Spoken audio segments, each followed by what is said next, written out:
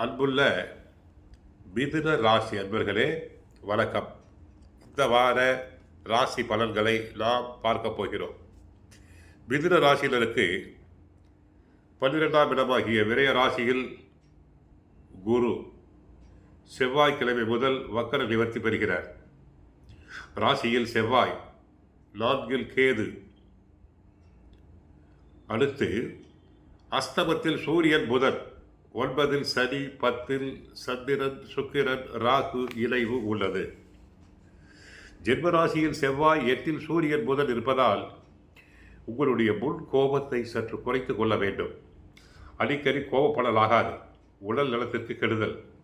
எதிலும் சற்று நிதானத்தோடு செயல்பட வேண்டிய நாட்களாக வருகின்ற நாட்கள் இருக்கும். நெருங்கியவர்களால் தேவையில்லாத நிம்மதி குறைவுகள் உண்டாகும். பண வரவில் சற்று ஏற்ற இறக்கமான நிலை இருக்கும் என்பதால் கொடுக்கல் வாங்கல் விஷயத்தில் சற்று கவனத்தோடு இருக்க வேண்டும். தொழில் வியாபாரத்தில் நீங்கள் நினைப்பது ஒன்று, நடப்பது ஒன்றாக இருக்கலாம். தற்போது கிடைக்கக்கூடிய சின்ன வாய்ப்பையும் உதாசீனப்படுத்தாமல் சரியான முறையில் பயன்படுத்தி கொண்டால் விரைவில் சில முன்னேற்றத்தை அடையக்கூடிய வாய்ப்புகள் உங்களுக்கு உண்டு. தொழில் தொடர்பான கணக்கு வழக்குகளை சரியான முறையில் பராமரிப்பது நல்லது. சுக்கிரன் 10 இருப்பதால் ஒரு சிலருக்கு நெருங்கியவர்கள் மூலமாக சில ஆதாயத்தை அடையக்கூடிய வாய்ப்புகள் உண்டு. வேலைக்கு செல்பவர்களுக்கு கூடுதல் பணி சுமை காரணமாக ஓய்வு நேரம் குறையக்கூடும். தேவையில்லாத மனக்குழப்பம் ஏற்படலாம். மாணவியர்களுக்கு ஞாபக மறதி வரலாம். ஆகவே படித்தவற்றை பார்க்காமல் எழுதி பாருங்கள். அடுத்து மிதுன ராசியினருக்கு 10 ராகு இருக்கிறார். அவரோடு சுக்கிரன் நிலைத்திருக்கிறார். ஆடை ஆபரண பொருள் சேர்க்கைகள் உண்டு. மனம் மகிழும் சம்பவங்கள் தங்களுக்கு நடக்கலாம். வெளிநாட்டில் வசிப்பவர்களுக்கு புதிய முன்னேற்றம் உண்டு. வேலை வாய்ப்புக்கு முயற்சி செய்பவர்களுக்கு நல்ல வேலை கிடைக்கும். ராசிக்கு 8 புதன் இருப்பதால் எதையும் யோசித்து செய்தால் மிக சிறந்த வெற்றியை அடைய முடியும்.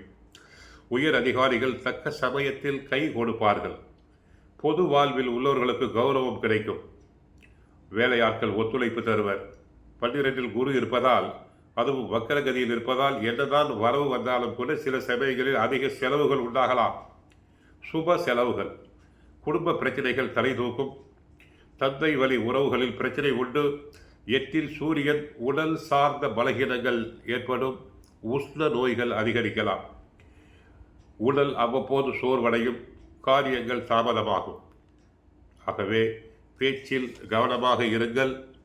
தங்களுக்கு இந்த சனி பயிற்சி மார்ச் 29ஆம் தேதி நடைபெற இருப்பதால் நன்மைகள் நடைபெறும். அதுவரை பொறுமையாக இருங்கள். கோவிலுக்கு சென்றால் பெருமாளை வழிபடுங்கள். வாழ்க வளமுடன், மங்களம் உண்டாகட்டும்.